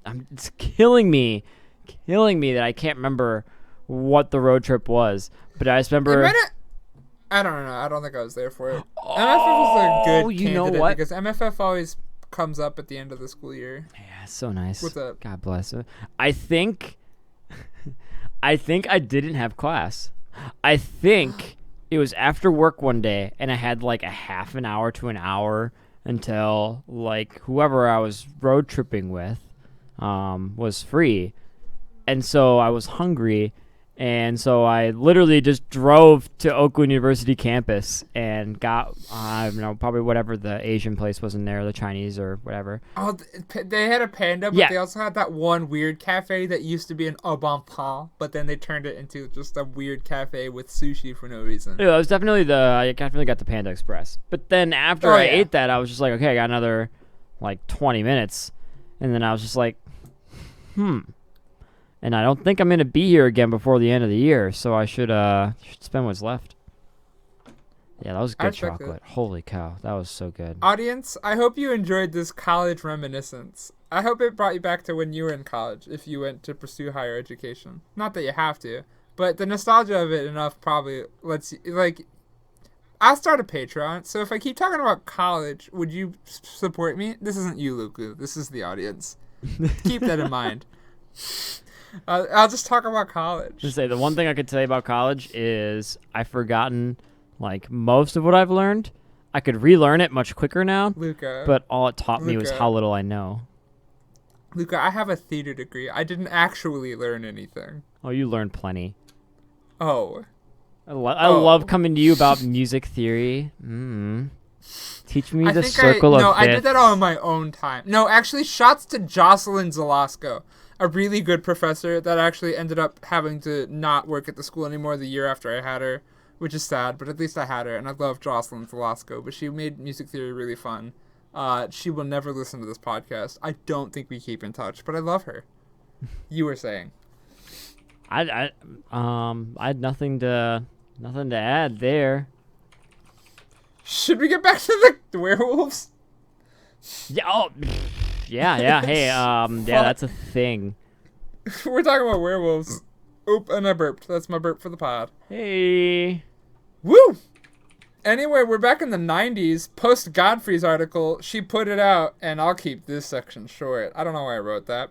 After the reporting, as mentioned, many different Midwestern news sources as a result, and also the paranormal scene, including Coast to Coast AM. Why the fuck did I write this sentence like this? There's so much run-on about it. Keep going. Keep going. Stuff like that also reached out, and she appeared on a bunch of talk shows and such. While the While the majority of Elkhorn people didn't really want this story to actually happen, tourism poured in anyway. People routinely got apprehended by cops while trespassing on people's property, especially on Bray Road. And a bunch more stories started pouring in. I'll share the cool ones in a second, obviously. I'll play my greatest hits collection for the Beast of Bray Road stories. But I also want to talk about Lakeland Bakery's werewolf cookies, which are adorable, and I love them. I've never eaten one. But yeah, I just wanted to talk about you pitched this cookie, and then immediately after, I've never had one, by the way. Yeah. No, I just saw in the book that there was like a bakery that saw that the newspaper reported about the Beast of Bray Road, and they're like, we're making werewolf cookies. And I was like, thank you. That's what bakeries need to do, make werewolf cookies. I had a good time reading that paragraph. You're doing good for this world. Do you have any opinions on this? What do you think it is? This is intermission time. What was the question? I'm sorry. What's your, do you think the werewolf is anything? Do you think it's a werewolf? Do you think it's a biological thing? I think it's a local. You think it's a local in a costume? No, not a costume. It's just classic Wisconsinite. This dude lives in a cabin in the woods. Not shaving? Yeah, are you kidding? Yeah, dude, this dude chops his own wood. He brews his own beer. He just hangs out there. And, every once in a while, he's just walking around. People are taking pictures. He's just like, God, leave me alone. That's why he runs away, right? Okay. I probably would do the same, but if somebody's, I'm probably, yeah, I feel it. I mean, you're bringing tourism. You're bringing like a positive. What was that word that it said that was in the Bible? God. It was God. That's it. That's what he said. God. That's a word in the Bible. I don't know. I haven't read it. I thought you said he said something, and then you. Oh, Gadara. Oh my God. Yeah. Gadara. The one thing I pointed out earlier. I'm just God or Gadar. Are you gonna Gadar? You're gonna follow me around all night? It's probably that's probably what it was. It's just it's like, God, you gonna leave me alone? Gadar, are you gonna leave me alone? Like, really? Gadar, that sucks. Gadar, really stop following me around. Yeah, that's what I think, right? Like, I mean, it's just this guy has just gotten so much attention and notoriety, and he's just like, I don't know. Would you feel good about that? Guy from the 30s? Wait, you're saying the same guy from the 30s got to 1991 and was like, you know what, fuck it, I'm doing it again. It could be a whole family. Electric Boogaloo, baby. Could be a whole family. I guess. Like, I wouldn't want notoriety. Listen, if I were in their shoes and I got the don't whole go to news on the me and road, people are, just stay in your walking house. up and down the road of where I live trying to get photos of me, I'd be like, man, leave me alone. I'd only go out at night too. I feel it. I respect your opinion on it, but I'm going to try to persuade you otherwise because the way this podcast works is that I believe in everything I'm saying. Actually, no, I will say this. Now that I'm drunk, the Beast of Bray Road has way harder evidence than the Michigan Dog Band. Like, this one I thought was cooler because it's the one that Linda Godfrey spearheaded, and I will say Linda Godfrey, everything that comes out of her mouth is gospel. But Beast of Bray Road has harder pieces of evidence for me to digest than Michigan Dog Band. But would you like to hear some stories anyway? Yeah. I mean, that's why I'm here, right? Oh, yeah. It's time for Tom Brichta, or Brichta, but I'm learning German, and This is every the time I point see where you, CH like- together, that's the sound. That's what you have the soundboard use, like, and now it's time for this, and you'll have like a clown horn or something. Ba-ba-ba-dum, Dun. is that The Price is Right? Yeah. I Dun love dun that dun dun dun dun. Price is Right is so good. It's a very mediocre TV show. Anyway, it's time for man. Tom Brichta. Dude, okay, listen. Hold on. Hold the. Yeah. You cannot. Oh, the phone is in my hand. Listen. You're well aware that I'm from Wisconsin and the whole Midwest. Sunday, 11 a.m. or weekdays even. What is it? 10 a.m. Yeah. Central Yeah. Time.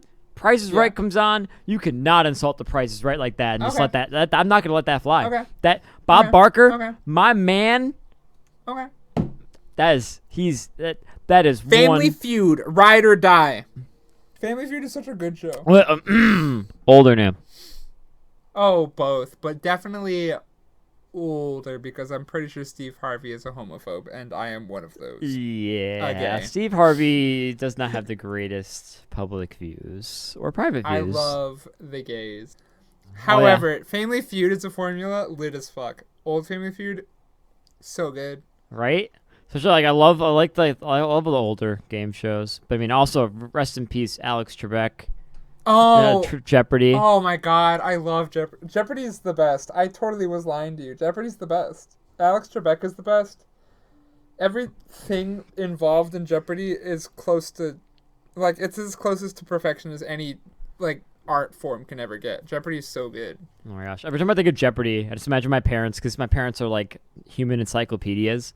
It's unbelievable. Either. They'll watch it and they'll just be like, "This 16th century Scandinavian prince once quoted to say that the Earth Hamlet. was whatever," and it's just like, and they'll just have the answer. It's like, how do you know that? The third largest lake in Finland? This is the one that the queen of this whatever said. And it's just, how do you know this? Like, they're just like, oh, I just remember it from school. It's like, I don't remember what I had for breakfast yesterday. The thing you have to remember about Jeopardy is sometimes they just make a joke in their question or their answers, I guess, and then the question is very easy to learn once you're like, oh, the joke is referencing Hamilton or something. I don't know.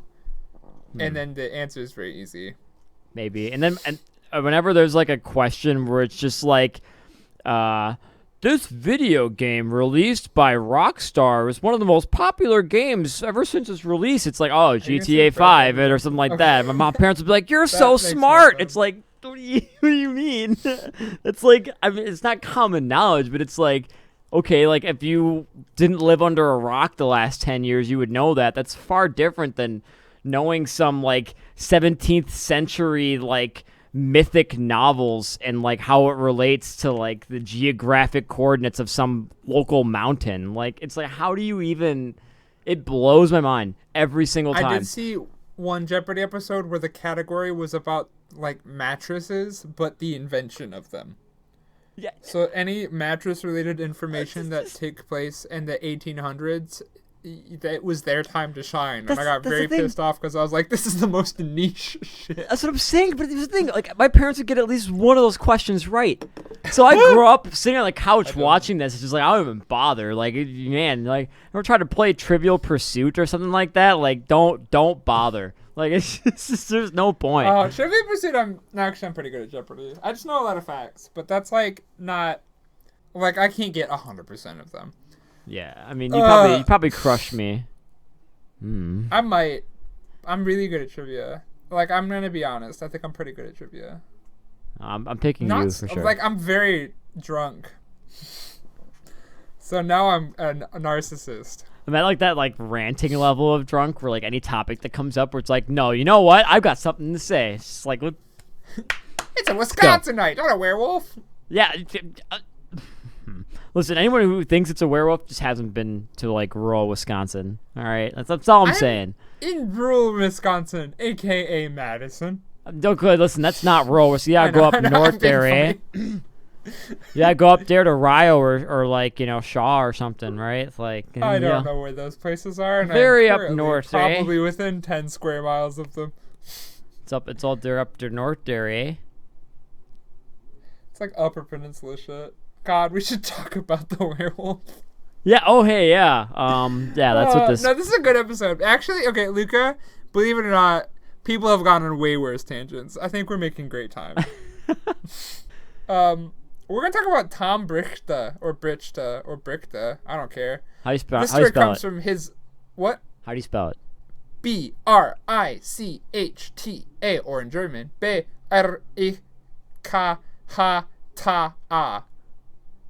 That could go either way. I have no idea. You're good. Just keep going. Just keep going. Linda Godfrey got a report from his mother, actually, and he tells a story about what he came across. You'll never guess what it is. Tom Brichta and his friend Chris Maxwell are staying at a campsite in Fort Atkinson, Wisconsin, in between Elkhorn and Madison, in August of 1992. A thick fog sets in while they're driving, and Tom hits something. Thinking it's a mailbox, he stops and rolls down the window. But that's when big, furry hands reach for the car, belonging to an upright candidate, of course, and accompanied by a foul, skunk-like odor.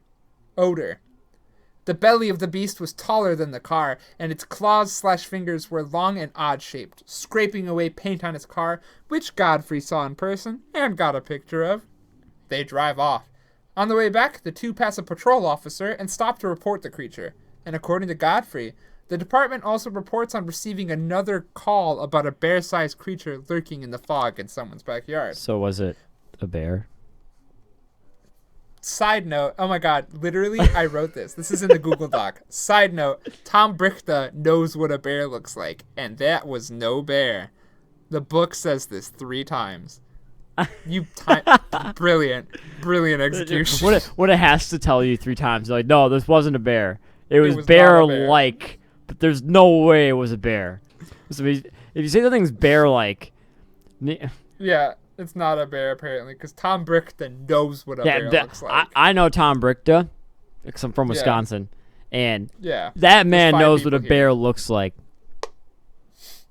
I think I can name 5 Wisconsiners, and that's more than live in the state. Can you name 5 non-furry Wisconsiners? No. All right. Yeah. I don't know the governor, and I'm in it.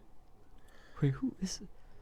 It's not Walker anymore. Is it? I couldn't tell you. Like, no part of me no. can tell you the answer to is this it question. Still Scott Walker? No way. Hold on. Wait. Gretchen Whitmer is the governor of Michigan. God bless her. Yes. Oh, I love her. But Nelson? Wait, hold on.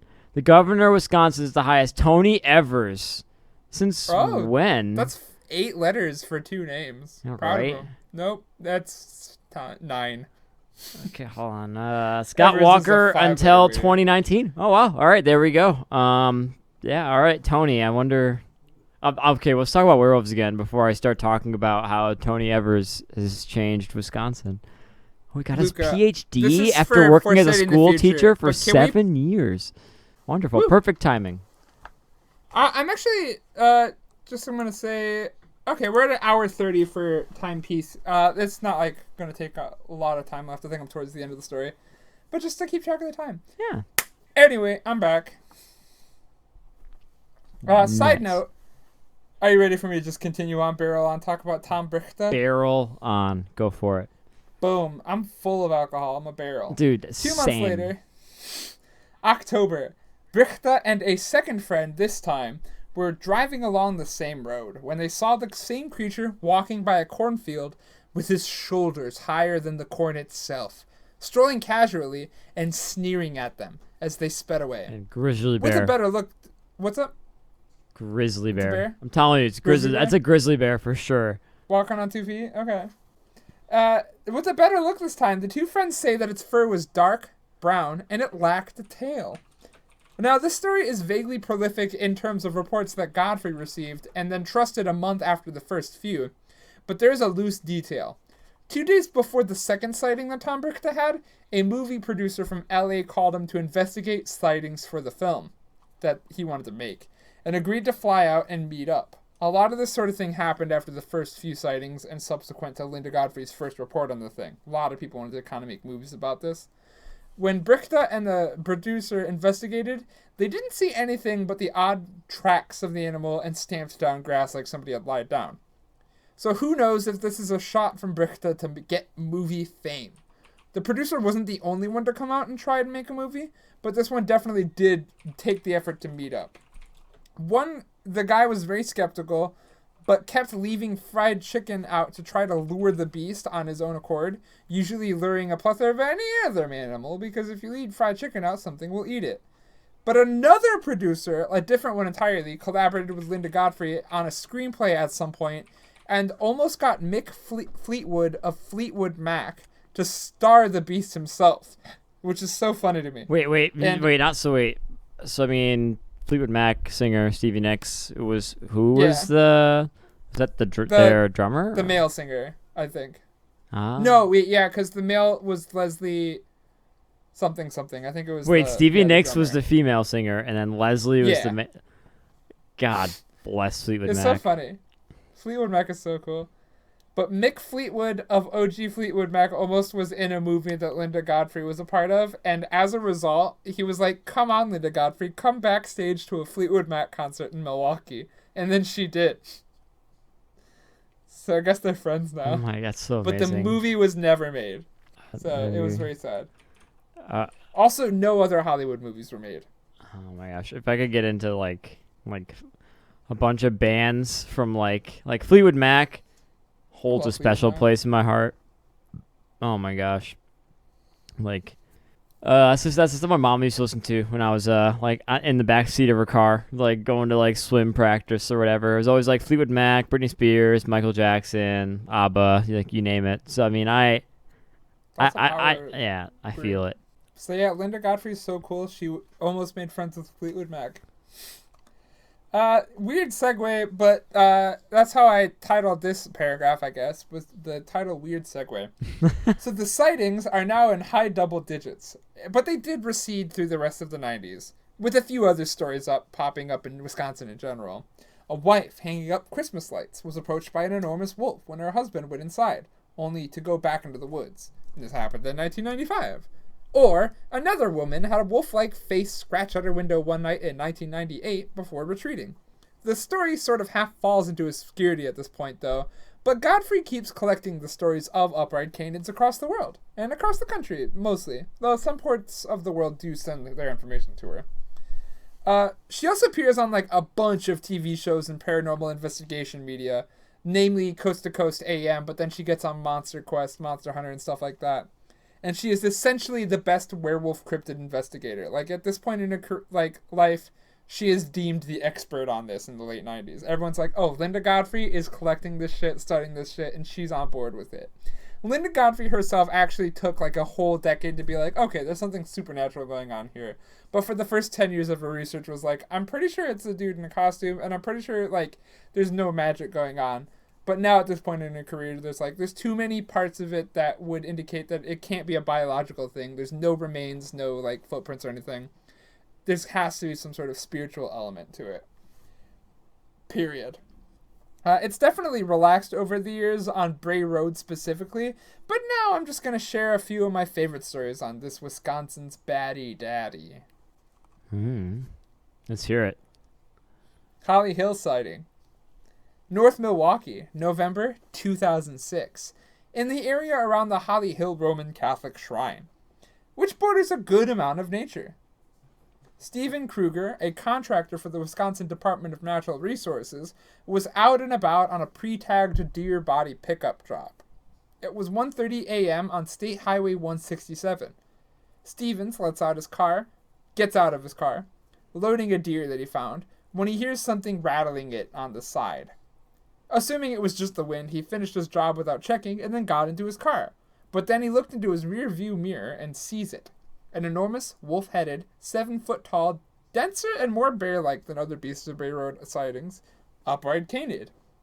The beast steals the deer and Steve steals away as fast as he can, even dropping the metal ATV ramp from his car. He gets away, but learns that he probably needs the ramp in order to do his job. So he steals his nerves and returns, only to find nothing. No deer, no ramp, and no dogman. Working for the government, he makes an official report and warns people in the Milwaukee area that they should be aware of a large unidentified animal. While Stephen doesn't see the creature again at all, it is oftentimes sighted near Milwaukee as well at this point in time, around 2006, I think with 3 other occurrences. But not nearly as much as on Bray Road. Woo.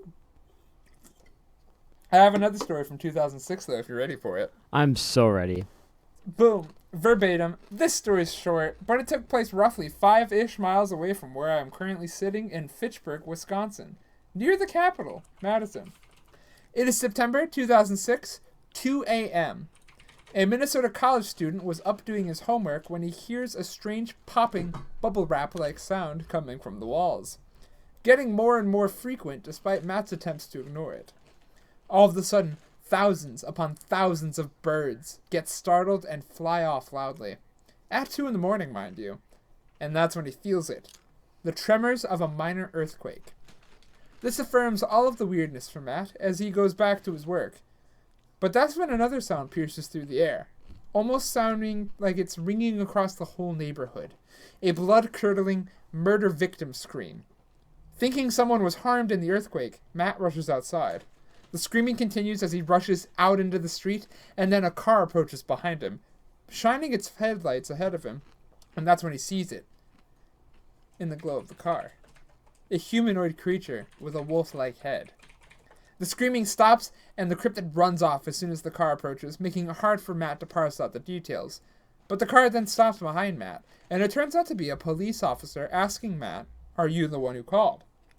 As it turned out, the police officer wasn't investigating the screaming noise in the neighborhood, but Matt didn't really give him as many details, so he just continued along his way. As it turns out, Matt would hear the same noises intermittently throughout the rest of the night and then throughout the rest of the subsequent nights as he stayed in Fitchburg. Never really figuring it out what that wolf-like creature was. I also have one last story for you. It was the air conditioner. Is the air conditioner? Yeah. Well, what's the werewolf costume doing? Boom. Checkmate. It was a weird light. Like it was, remember, I'm pretty sure before this, we talked about how, it's dark in your room and you've mistaken a coat for a person. Yeah. I'm not going to count it when it affects my beliefs. Nah, I feel it, though. I feel it. I like that story just because it took place where I'm literally sitting. It's very funny. Oh, wow. Wait, literally where you're sitting? No, not of course. But, apparently, 5 miles away from where I'm currently sitting, so, close enough. We should go there tonight. I will not be driving. Why not? Personally. I am not sober. Oh, yeah, that is a very fair assessment. I'll get an Uber. Imagine being an Uber driver and then the person comes in your car and be like, "I don't know where I'm going, just send me where the werewolves are." 5 miles away from here.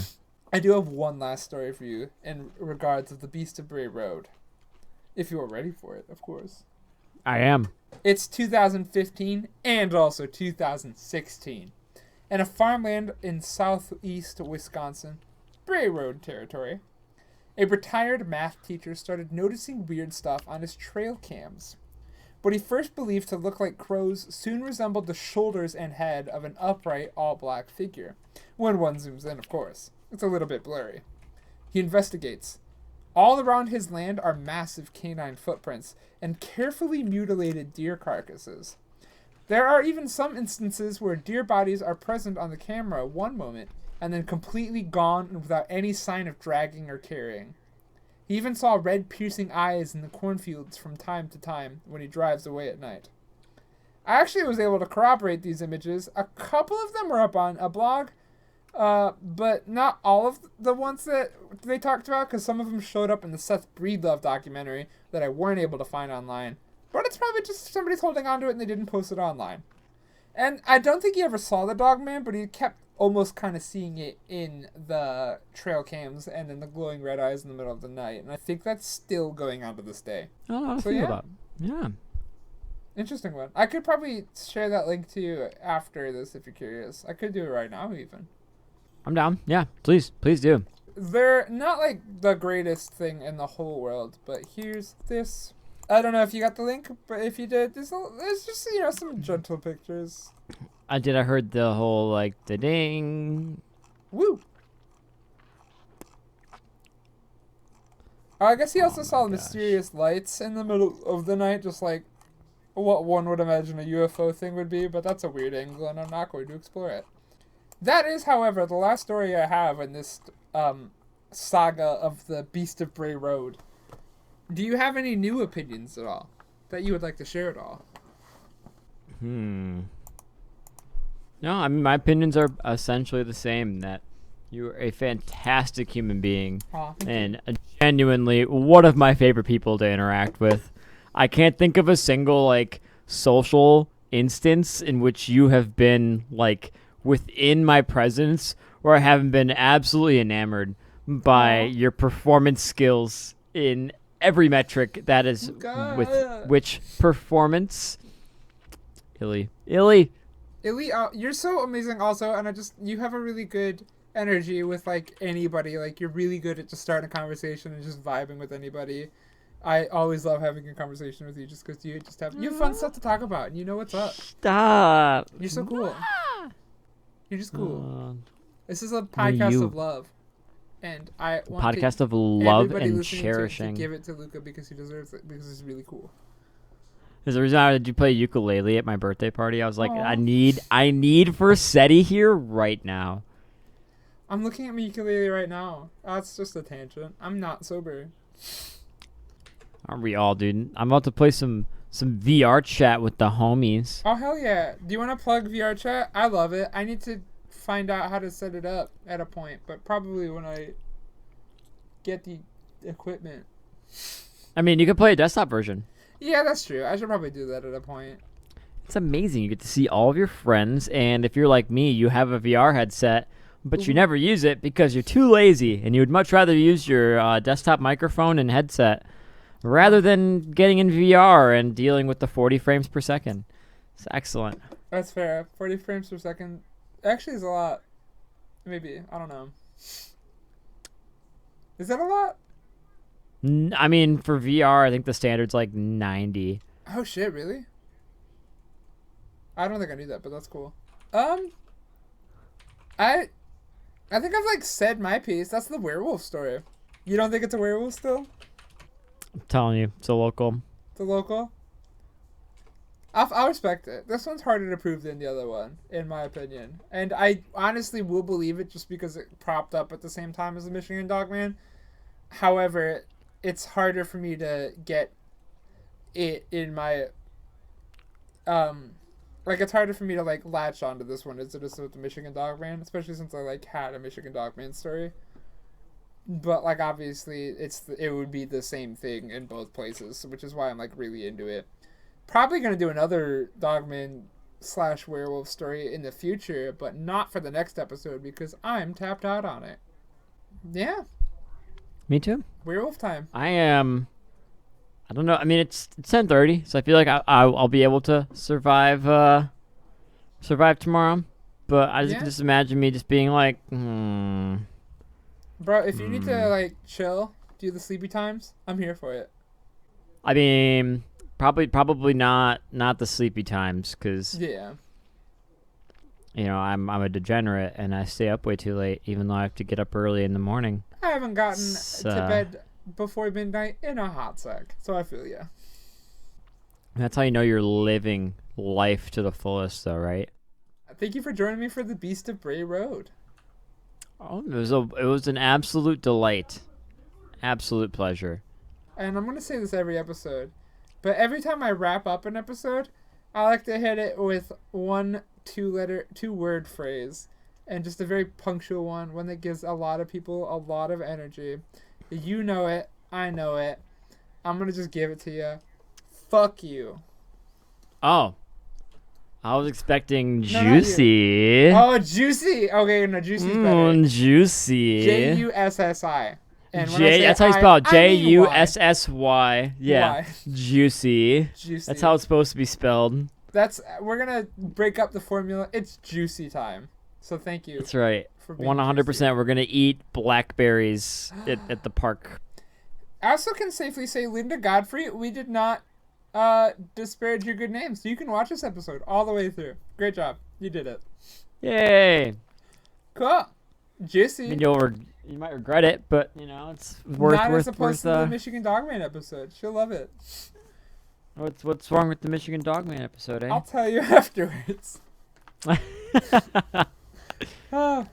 I'm good to. I mean, you I can feel cut good this about this. literally any time. I mean, you could have cut this 5 minutes ago. Potential, but we're living our truth. Yeah, I feel good. That's a good place to end the episode, now that I'm editing it. I don't want to edit anymore.